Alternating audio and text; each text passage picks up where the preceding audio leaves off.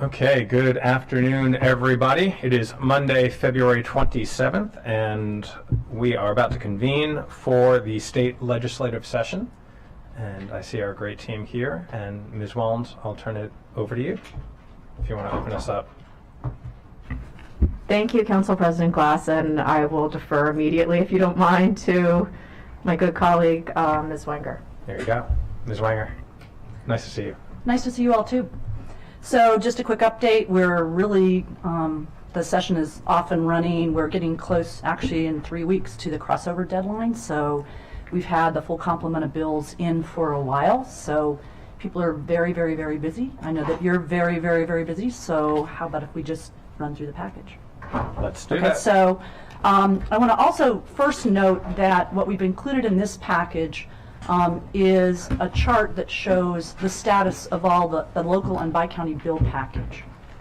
And there are a couple of bills I just wanted to make note of should you decide that you want to revisit council positions on those bills. It doesn't have to happen today. All these bills have not been taken up yet by the Senate delegation, so that's a next step, but some of them are being scheduled for full committee hearings. In fact, a couple of the hearings have already been held.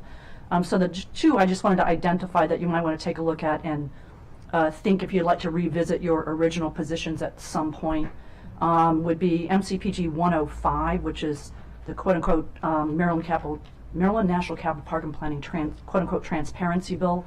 And then another bill that you discussed before about capital park and planning membership composition. That was Delegate Foley's bill, and it was discussed last time about a new way of considering who would be eligible for Capital Park and Planning Commission appointments. So, whenever you want to talk about those again, they have not gone yet. Neither of those bills have headed to the Senate delegation yet, and they're not scheduled for full committee hearings yet. So, Ms. Wenger, how about we go through the chart? Okay. And the bills that are ready for presentation, and then if you want to provide us with the update on the two Sure. that you just referenced. Sure. Thank you. Okay. So the first bill in the package is actually not a bill that's on the priorities list, but it is in your new transportation priorities letter. Okay, and it's something that the county's taken a run at a number of times in my rather lengthy tenure here, and we've never been successful. And it relates to a grant that Prince George's County and Montgomery County both receive. Montgomery County for its ride-on bus system and Prince George's County for the bus. And it's an operating subsidy that the state provides, and the statute does allow for an inflation factor on the grant that we receive, but it is not mandatory. And so this piece of legislation would create an inflation factor and make it mandatory. The other part of the bill, though, is just as important and strategically, I think, also wise of the sponsor to have included it. A lot of the smaller bus systems are recipients of funding through the LOTS program, the Locally Operated Transit System program. And actually Montgomery County is as well, but to a much lesser extent than the Ride-on Bus grant. And that the recipients of that grant program have been unhappy because they lost a fair amount of money in COVID and would like to see that funding restored. So the bill is two parts. One puts an inflation factor on the LOTS program, and the other puts it on ride-on in the bus.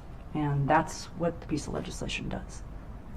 I appreciate the sponsors for doing that and helping support public transit across the state.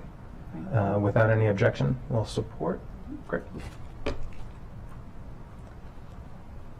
Kathleen, you want to talk about cannabis, which is probably, again, one of the biggest bills of the year, definitely, in front of and pending before the legislature. Sure. I think as Mel indicated, this is here to share with you a brief summary of the bill, but in particular the parts of the bill that relate to local government. And in the packet, again, it's an 88-page bill, so our memo I've provided a very short overview, and maybe would need some guidance as to how much detail you want to go into that here. Would you like me to go straight to the parts that relate to local government, Mr. President, or kind of walk through the major structure of the bill? Well, I will say that we started 15 minutes late. We have two committee sessions, and I know this conversation could take days. Yeah. it is a big and important piece of legislation. So let's just start with how it impacts or interplays with local jurisdictions, with counties. Sure. Okay. So the three, there are two key areas. One is local zoning authority, and it has provisions which expressly say that local jurisdictions can use reasonable zoning, but not quote unquote unduly burden applicants. That language, unduly burden, is not defined, nor is reasonable. And our position and the position of the county executive that we shared with the General Assembly is that really there should be no zoning restrictions in this bill. There are no zoning restrictions on anything related to alcoholic beverage businesses, tobacco, vaping, even if you look to casinos or sports wagering. In fact, those two examples, there's expressly, they're expressly subject to local zoning. So there are those parts related to zoning. The county executive is seeking amendments to essentially get those restrictions out of the bill. MACO's supporting as well, and so that'll be a fight with MACO, MML, et cetera. Another important piece has to do with revenues, because in prior years, the bills dealing with cannabis in prior years always had a local taxing authority part in them. In the last couple of years, I believe it was a local sales tax of up to 3% that would have gone along with the bill. So this year, it was actually quite a surprise to MACO, MML, counties, municipalities who've been involved in this debate for a number of years that in the bill, there's very limited revenues going to local governments. The state is given authority for a sales tax that starts at 6% and then increases 1% each year up to 10%. And of that, and the only revenues that would be going directly to counties, municipalities would be 1.5% of that 6%, or the increased sales tax, which when you do the math is very, very small. And MACO, MML, our county executive are objecting to that part of the bill. We're looking at other jurisdictions in the United States where this is far below almost any other direction of revenue to local governments in jurisdictions that have legalized adult use. So there's that piece. Then there's some other parts of the bill we're following closely, dealing with employer rights and responsibilities that are very confusing. But many people are interested in those parts of the bill. And so, but we're working with MACO and MML on those parts as well. So I think those are the three key areas. If I could ask about the 1.5% tax. Right. Is that 1.5% based on the total state revenue, or is that based on the jurisdictional sales? Thank you for that question. It is based on jurisdictional sales. So it would be based on 1.5% of the sales generated, that the sales tax revenues generated in each jurisdiction. Okay. I have a few colleagues who want to speak, but I'll just say from the onset, this is a big bill. I know it is important, and we have to do it right. And we're just scratching the surface right here, particularly as it relates to us. And so my preference in the outset would be to hold support so that we can learn more about it and let the members of the General Assembly do their due diligence. But with that, I'll turn it over to Councilmember Luedtke. Going back to the zoning piece, what was the policy reason articulated, or have you discerned what the policy reason was for having that zoning language in there that is very different from other, from our alcohol producers? I listened to the 4-hour hearing in the House, and I didn't hear any rationale for it. Okay. Yeah, that would be what I'd want to know, what is the problem they're trying to solve or thing they're trying to prevent by doing it that way, and treating it differently than we treat other things.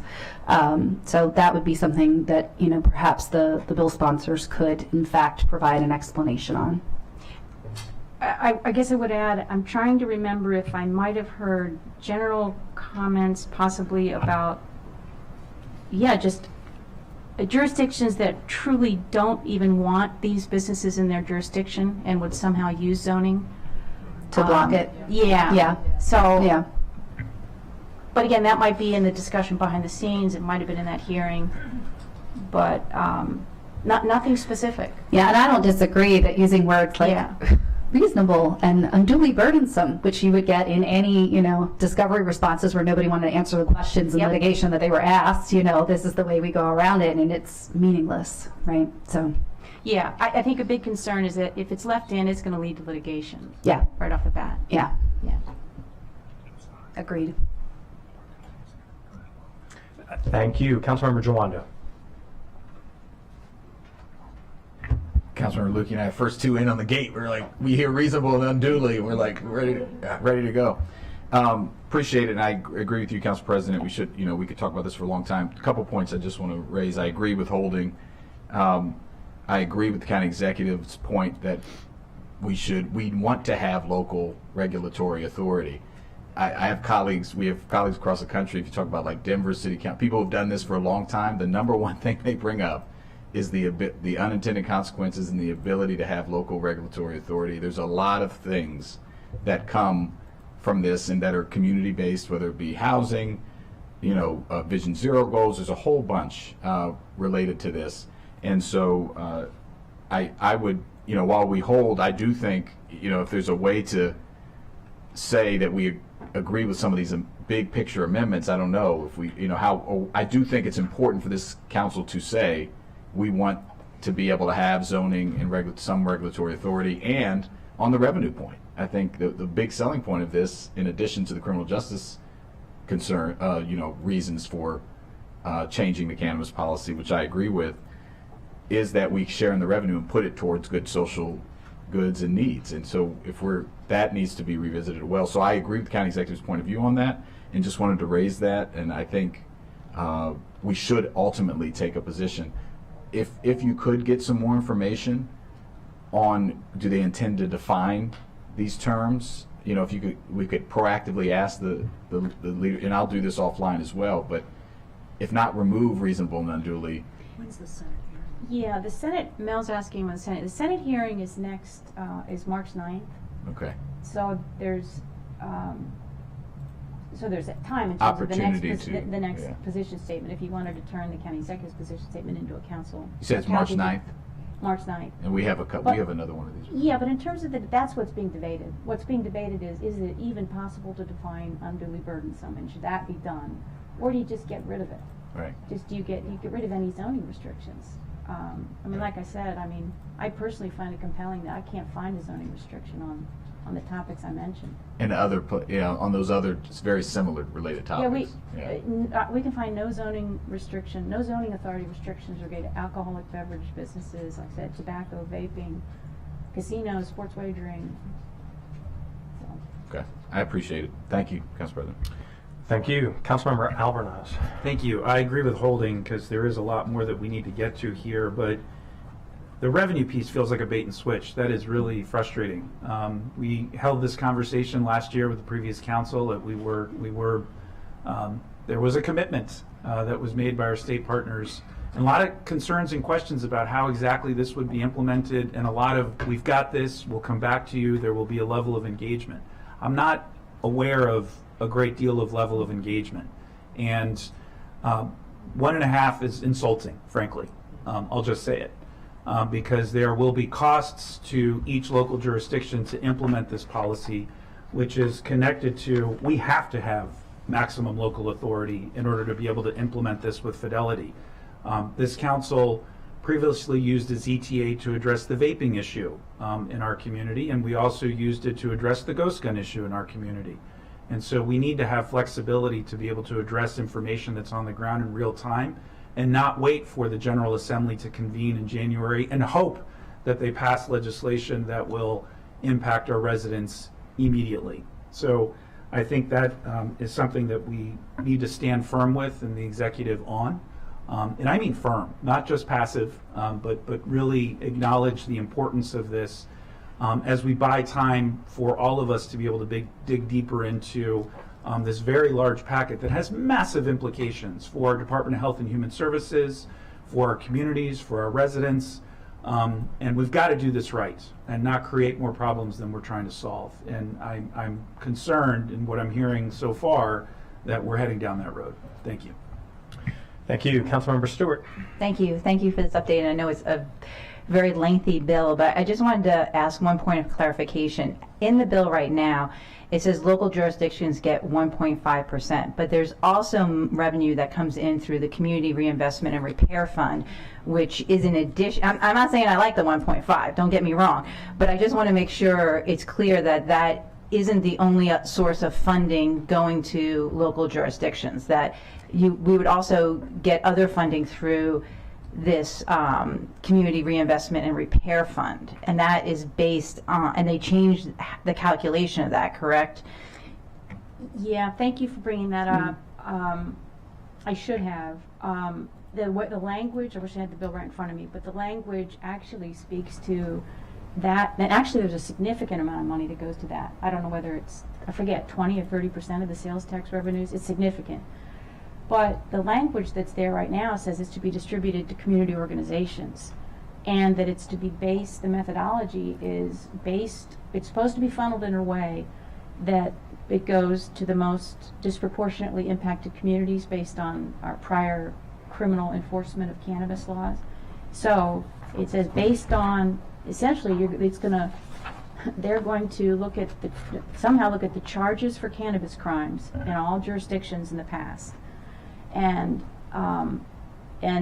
proportionately allocate the funding based on the charges that were brought. And so I can tell you that I've heard from at least one Montgomery County legislator that methodology bothers them a bit, in the sense that, not that they don't want to help just, communities that were disproportionately impacted, but jurisdictions that were less aggressive, jurisdictions that were less really harsh in their enforcement of cannabis crimes. There's sort of a sense of, well, in some sense they're going to get penalized in terms of distribution of this funding. Thank you for clarifying that, because when I was reading it, I was confused on that point, and so I would just ask the Council President that I agree with holding, but as my other colleagues have said, I think we need to send a message back to the legislatures regarding the revenue sources, the zoning, and possibly add how they're calculating resources to this fund to the list as well. So on that point, I appreciate you accentuating it and it being shared by colleagues. In speaking with the county executive, this was one of his clarifying points regarding the revenue, the 1.5%.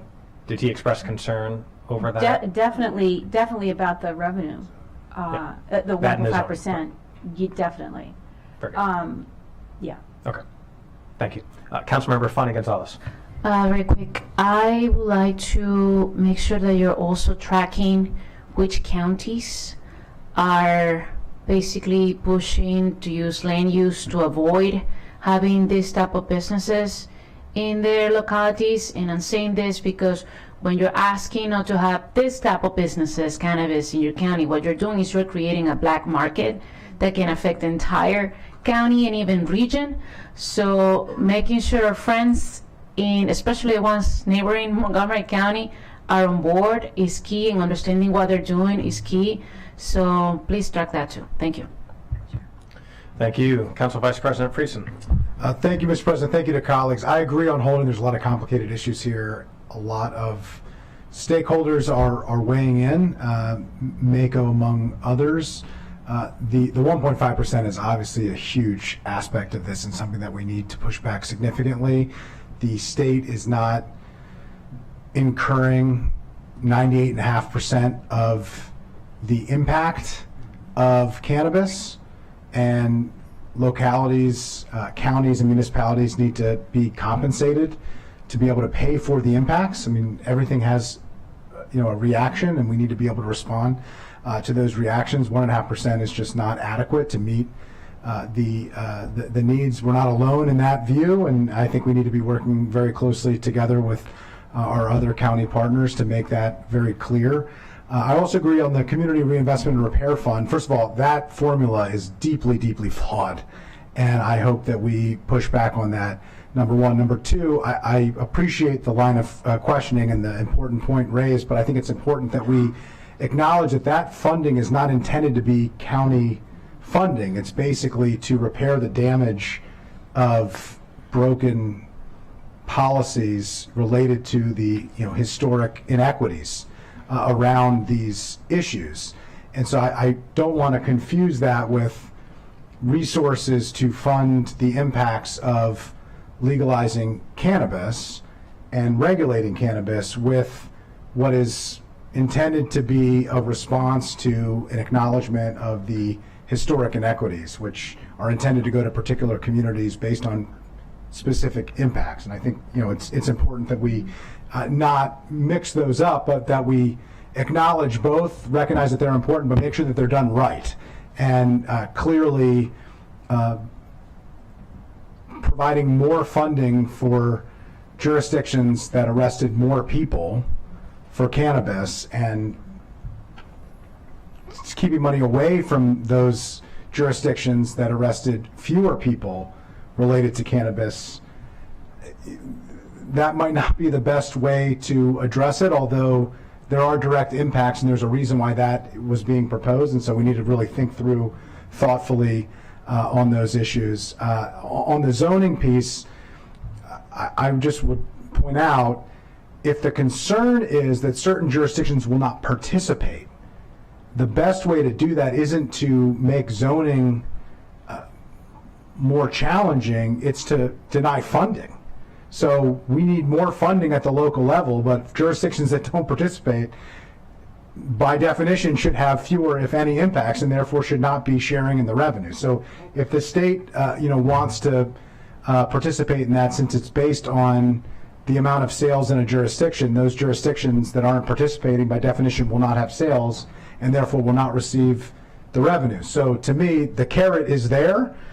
We need a more significant carrot to make it actually equitable to the realities of the impacts and who is going to be paying for those impacts. And I think a large portion of them will be at the local level. But I think that perhaps on the zoning issue, while well-intended, it's going about it the wrong way. So I think we need to work through all those issues. I agree with the whole, but I think it's important that we state what our position is and what we want to see change, because this is obviously one of the biggest conversations that's happening in our state, and we need to be part of that conversation. Councilmember Katz. Thank you very much, Mr. President. This might be the longest hold we've ever had. Everybody's agreeing that we should hold this, but let me say this about that. First off, there is a cost to the local jurisdiction, and 1.5%, and it's been mentioned a couple of times, but 1.5% of 6% means that for each $1,000 in sales, the locals would get $9, which is absolutely wrong. Montgomery County has 7 jurisdictions that have local zoning authority. Who gets that money? And how are they going to split it? I wish I had the bill in front of me, but there is language about this is going to, the municipalities will be receiving revenues. And Councilmember Katz, I might have to get back to you, but it might be that the sales in those municipalities, the 1.5% is going to be going to them. So that So would mean, I'll confirm that. So that would mean there are some places in Montgomery County that have co-jurisdiction for police and all of these other resources that we're giving, that we would get, Montgomery County being the we would get nothing. And that's ridiculous. And as we all know, I love municipalities, don't get me wrong. However, if we're doing a lot of these services, which we are, then we also deserve the revenue, or parts of the revenue on it as well. So thank you very much, Mr. I will hold back to you, Mr. President. Thank you. Councilmember Sales. Thank you, President Glass. I just had a quick question. I know that other jurisdictions are receiving higher percentages of the revenue. Are you able to provide those numbers about what other local jurisdictions are getting that have already implemented the cannabis Nationwide? Yeah, I know I can, I'll get from Mako and Okay. MML what they're looking at, but Okay. I'll give you one example that Yeah. Michael Sanderson, the executive director of Mako, brought up in the hearing. If you look to Colorado, there's a 10% sales tax, and 30% of that goes to local jurisdictions, which is essentially, which would essentially be analogous to a 3% local sales tax. Okay. But I'll get the information that Mako and MML have pulled together. Perfect. Okay. Thank you so much, Aida. Thank you. So clearly, many of us, or if not all of us, are of thinking the same thing here, that we want some more equity in this bill with regard to local jurisdictions. As always, Delegate Joe Vogel is here. Thank you. He's listening. He's taking notes. He's going to bring it back to the delegation and share some of the concerns that we have, and you all will continue doing that too as we put a hold on our opinion. Next item. I think the next bill's going to be a little Your- easier. I think the next bill's a little easier. I'll let Leslie From talk your about lips? it. Yeah. Sure. So House Bill 868 comes to you from the county priorities document, and what it does is it creates a child care provider stabilization funding program. And what that does is provide funding to eligible providers to be used for virtually any operating or capital costs that they may incur. And depending on the number of children they have enrolled who qualify for the Child Care Scholarship Program, the provider either gets $2,500 a month or $300 a month. Important. Without objection, we'll support. Yep. Strong agreement, as was noted. Okay, I think I have the next 4 of these, and we'll try to make them easy for you as well. HB 718, the 4th item in your packet. This bill pertains to the state's renewable portfolio standard, which is the statewide policy requiring electric utilities to source a certain percentage of the electricity they deliver to all of their customers from renewable energy sources. This bill will reform the RPS, Renewable Portfolio Standard RPS, by removing energy derived from waste, wood waste products, and animal manure from counting as renewable energy sources under the RPS. This will not outlaw those energy sources, but RPS compliance will no longer incentivize them, and instead will focus on resources like wind and solar. One issue that was not noted in the initial memo that we sent over, but was noted by council staff in your packet, with much appreciation from me, is that this bill will have a direct impact on the county budget.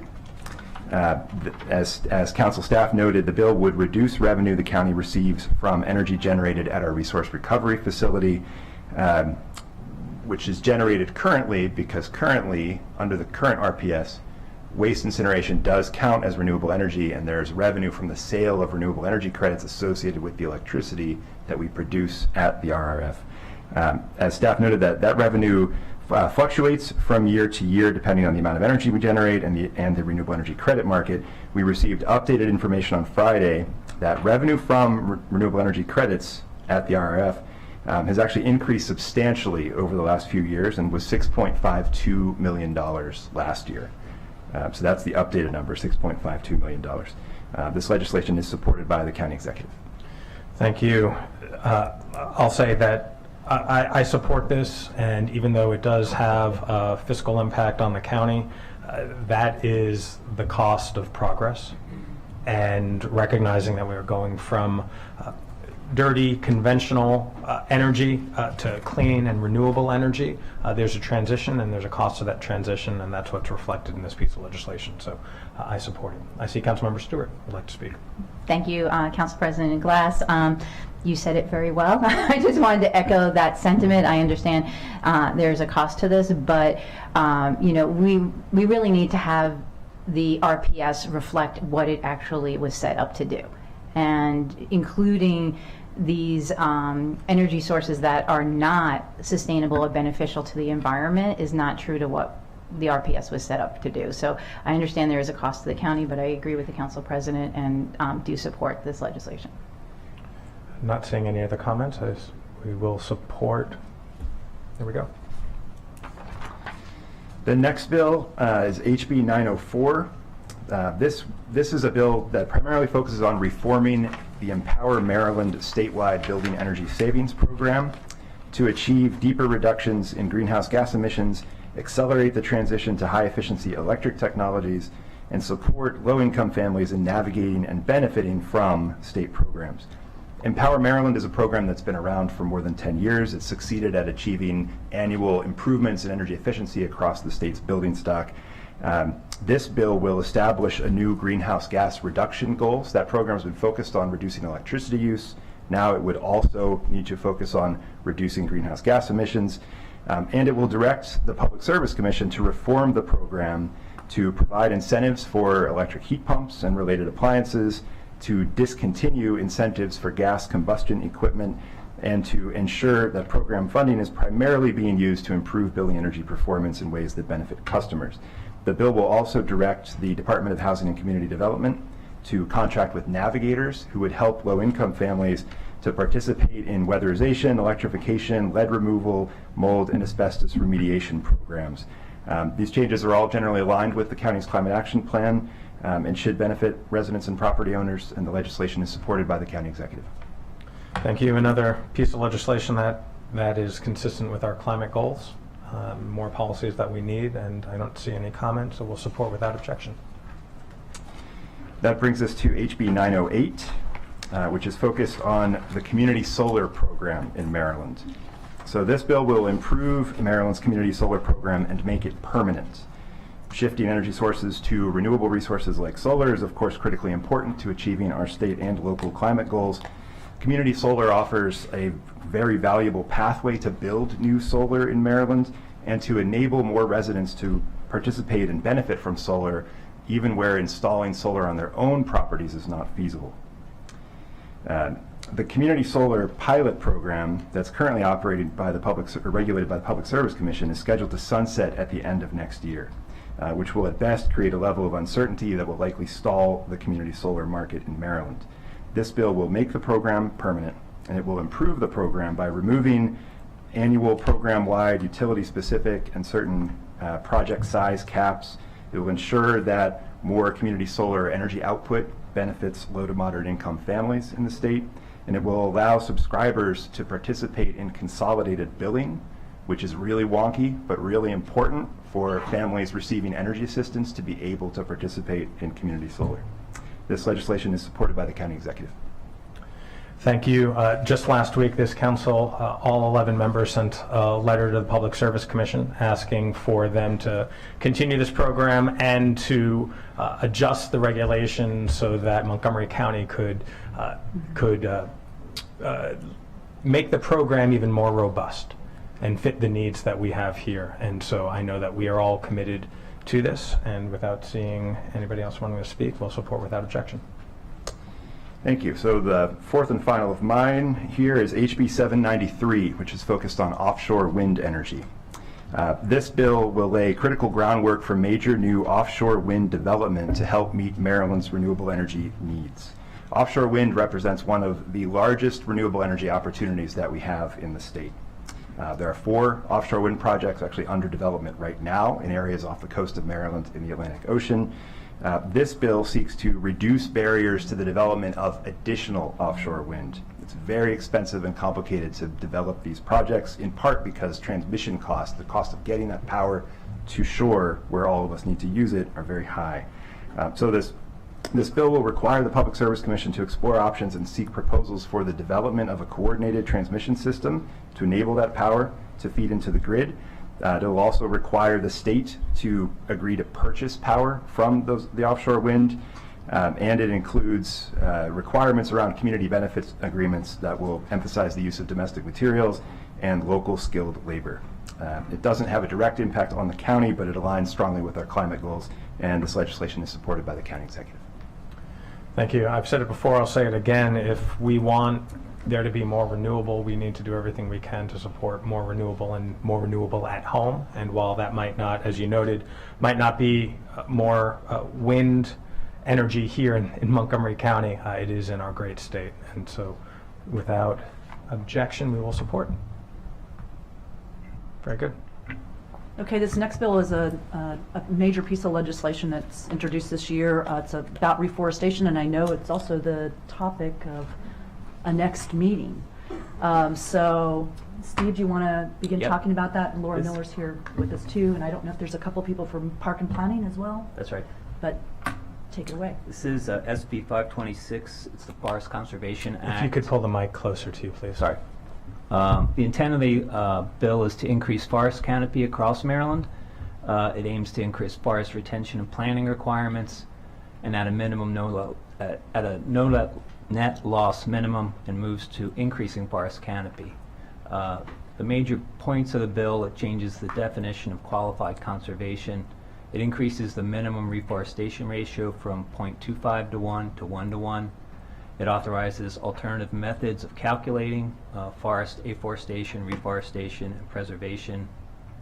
And it adds certain tree planting requirements and other methods that can be used for afforestation and reforestation. While the bill moves most of the state forward, a lot of the development in Montgomery County is below the threshold for the Forest Conservation Act, and so would not be impacted by the bill. And the county executive supports the legislation.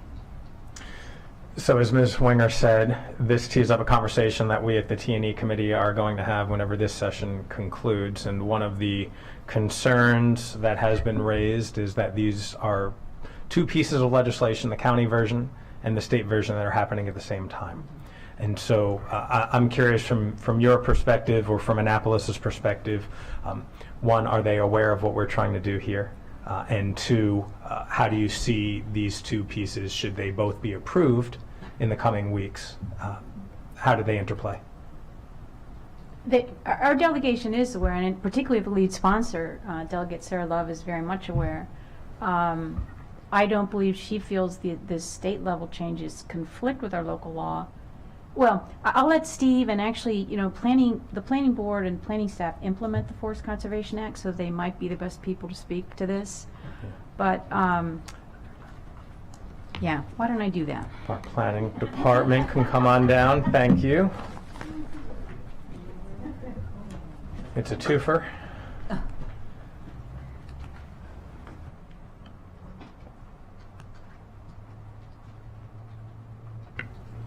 Sorry, can you repeat the questions so that we can make sure we're Sure. addressing So it? Thanks. I have received concern about the two pieces of legislation, one at the state level and one at the county level. And should they both be passed, how do they interplay? Right. So Kristen Taddy with the Planning Department, for the record. I do want to add to what was said about the Senate bill that we do have a few concerns with the language that's being proposed now, but we've been working with MACO and several other counties on proposing some amendments that we believe would bring it in line with the no net loss of forest amendment that we're working on, that we have the work session on in a little bit. And I believe with those amendments, it would be in line with what we're proposing with no net loss of forest at the county level. There's one change that we're really hoping that the Senate bill will make that would be that would help the no net loss of forest bill move forward and work for applicants that need to comply with the Forest Conservation Act in the county. And that has to do with forest banking in the state. So there was previously an amendment to the state law that restricted the types of forest mitigation banks that could be utilized, that could be applied for in the county, and retention banks were no longer permitted after that. I believe that the intention with the Senate bill is to reinstate those types of banks, and I think that's necessary in order to achieve no net loss of forest, and would be in line with our goals with no net loss at the county level. I appreciate that. We'll get into probably a little bit more at T&E this afternoon, so I'll hold the rest of my questions. Councilmember Lutke. On what you were just speaking to, why is it that the county executive wants the limit removed, the time limit removed on the banks? I don't believe that the county executive wants the time limit removed on banks. Go ahead.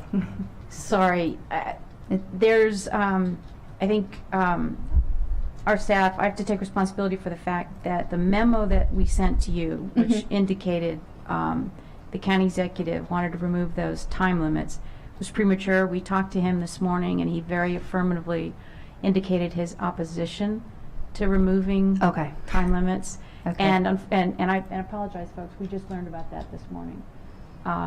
So he's in opposition to that. Okay, thank you. Thank you. Councilmember Albornoz. Thanks. I just will be brief. I want to acknowledge Delegate Love. This was introduced when I was still council president at the request of the county executive, and I'm excited that it will be discussed this afternoon. Delegate Love has been very intentional about her outreach and very thoughtful in her approach. So if we can reconcile the two, I know I got the sense she was very open to that and certainly didn't want to have any unintended consequences, but I think we all collectively agree that what we're pursuing aggressively at the county level should be something we approach for the state level as well. And if the two can be congruent, it would be the best of all worlds. Councilmember Fanny Gonzalez. I agree with the last comments made by Council Member Albornoz. I just wanted to say that before I left Parking and Planning, this was one of the main issues that I told Christina to work on because I'm a tree hugger, and no shame about that. I do support the bill with all the amendments, just as the county executive says, and I really appreciate Delegate Love and the delegation to also pursue this. It demonstrates that Maryland is really it's a leader when it comes to fighting climate change. It sends a great signal throughout the nation, and the more that we can do to combine our efforts with the state delegation, that's a great thing. It shows partnership, and it's just the right thing to do. That's all. Thank you. Thank you. Councilmember Balcom. Thank you. So what happens if this bill doesn't pass at the state in terms of the mitigation banks? We talked about that last week, but... So if this bill doesn't pass at the state level, then we would still be able to continue planted forest mitigation banks in the county. That's still currently allowed. But protection of existing forest and banking those areas would continue to not be allowed. So at some point, it is our hope that even if it's not right now with this Senate bill, that there will be an amendment to the state law that allows retention banks to continue. And like I said, I think that's a key piece of no net loss, and it's going to be necessary to achieve it in the county. Mm-hmm. And then what if it passes without the proposed amendments that we're proposing? Sorry, just so I understand. So you mentioned that the current bill is in conflict with what the county's trying to do. So you're proposing amendments to the state bill to make it in compliance. What if those don't pass? Right, so there are a set of separate amendments from the forest banking issue in this Senate bill that we have a few concerns about. They're highly technical, and there's several of them, so I don't know if we have time to get into them now, but those are separate from the county's no net loss of forest legislation that we're discussing in a bit during the work session. So the two could, the no net loss of forest bill, the county's bill, can continue to move forward if those separate amendments at the state level don't get passed. Does that answer your question? Thank you. So I'm gathering that everyone or the majority is supportive of this legislation, recognizing that the real work on our behalf will take place in the coming minutes. Okay, very good. So Ms. Wenger, I've conferred with the chair of the Planning, Housing, and Parks Committee, and we can go over, extend this a few more minutes if you want to go back to the two bills that you referred to so we can get updates on them. Turn your mic on. Excuse me. Yep. Go over the transparency bill first. Just what the amendments were extensive, and so it's just to remind you of the position you had taken initially on the original bill as introduced. The council opposed the bill. Thanks, Mel. As Mel had indicated earlier, in this chart that we gave you of all the bi-county and local bills, there are a number of bills where council did not yet take a position, but the only ones we're highlighting here are two where the posture in which you considered the bill last time has changed. This is one of them. This is a bill that was very heavily amended, And in the chart that we included in the memo, Page 6 is on page the 6 chart. of the chart, there's an outline of the amendments, but I'll speak to them quickly. It deletes all changes to the appointment, removal, and salary setting processes for the planning board members. It deletes all changes to the open meetings requirements. It deletes the broad prohibitions that were in there against a planning board member soliciting political contributions and engaging in political activities. And it substitutes a narrower prohibition against a planning board member soliciting financial contributions for any political candidate or organization from a person with business before the commission, or soliciting the endorsement of or opposition to a political candidate from any person with business before the commission. It modifies the training requirements that were in the bill. It prohibits the planning chair from holding any other full-time employment. It requires the planning board to report to the delegation by December 31, 2023 on its ability to publish on its website frequently updated and timely information on regulatory matters over which the board has decision-making authority. And for a part of the bill that actually applies to all of our bi-county agencies, Park and Planning, WSSC, and the Washington Suburban Transit Commission, it authorizes individuals appointed to those bi-county commissions to file their financial disclosure statements electronically. And then one part of the bill that was not changed, is that, as you well know, the council has authority and a process for removing planning board members, but no express authority to discipline. The bill had added express authority to discipline, and that remains in the bill, but it remains solely council authority. The amendments took out any county executive involvement in that process. So it sounds like it's almost a new bill, heavily amended. I appreciate that, and very much appreciate the work by the delegation, recognizing that this is an important issue, that there were disagreements, not only by the community, but here on the council and here in Rockville as well, but getting down to the core of what we were trying to solve, which is making sure there's transparency, making sure that we have open meetings, and that as much as we can, that there is some level of collegiality there too. And so I am comfortable with the amendments, knowing the hard work that the delegation had or undertook to get us to this spot. I open up for comments from colleagues, if there are any. And there are not any. And so I'll take that to assume that we will support without objection this heavily amended bill. Yeah, and the next bill is going back to a discussion you had at the last meeting about Capital Park and Planning membership. And that is on, actually, if you want to look at the chart, it's on page 8. That's the description of where that bill stands. Just so you know, just from a process standpoint, a standing committee typically, in fact, rarely, if ever, and if they do, it's usually an error, takes a position on a bill or goes ahead and votes a bill that it has not heard from the delegation on. So none of these bills have gone to the Senate delegation yet, so even though the last bill you discussed is scheduled for a full committee hearing, it won't be voted on until it's been weighed in on by the Senate delegation. So, do you want to talk again about this? Can you get into the specifics a little bit about that membership, about the configuration or determination of the configuration? Yeah, sure. This is the bill that, as it originally was proposed and introduced, would have repealed the current requirement that there can be no more than 3 members of the planning board of the same party. The bill as it originally came in would have repealed that that political affiliation language that said up to 5 members could be appointed from the same party.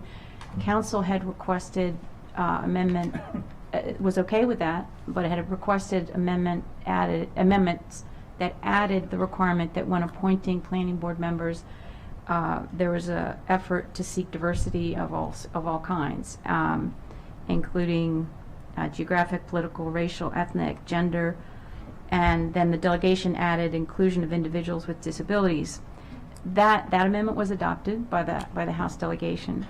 But another amendment that was discussed briefly the last time we met with you was an amendment that would say if the county executive achieves at least 80% of the vote in the prior general election, that up to 4 members of the planning board can be of the same political party.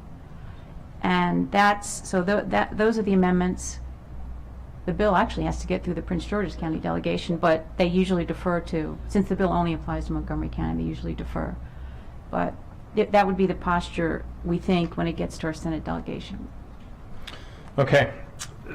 Timely discussion, as this council tomorrow will be taking up 3 vacancies that are on the planning board. One by an unaffiliated member of the community, one by a Republican, and one by a Democrat. And I've already begun fielding questions about individuals' party affiliation, and let it be known that we are currently complying with state law. Individuals are free to affiliate as they like. This is America.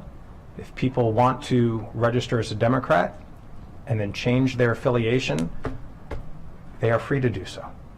We do not control anyone's party affiliation. And I just wanted to say that. Councilmember Lupke.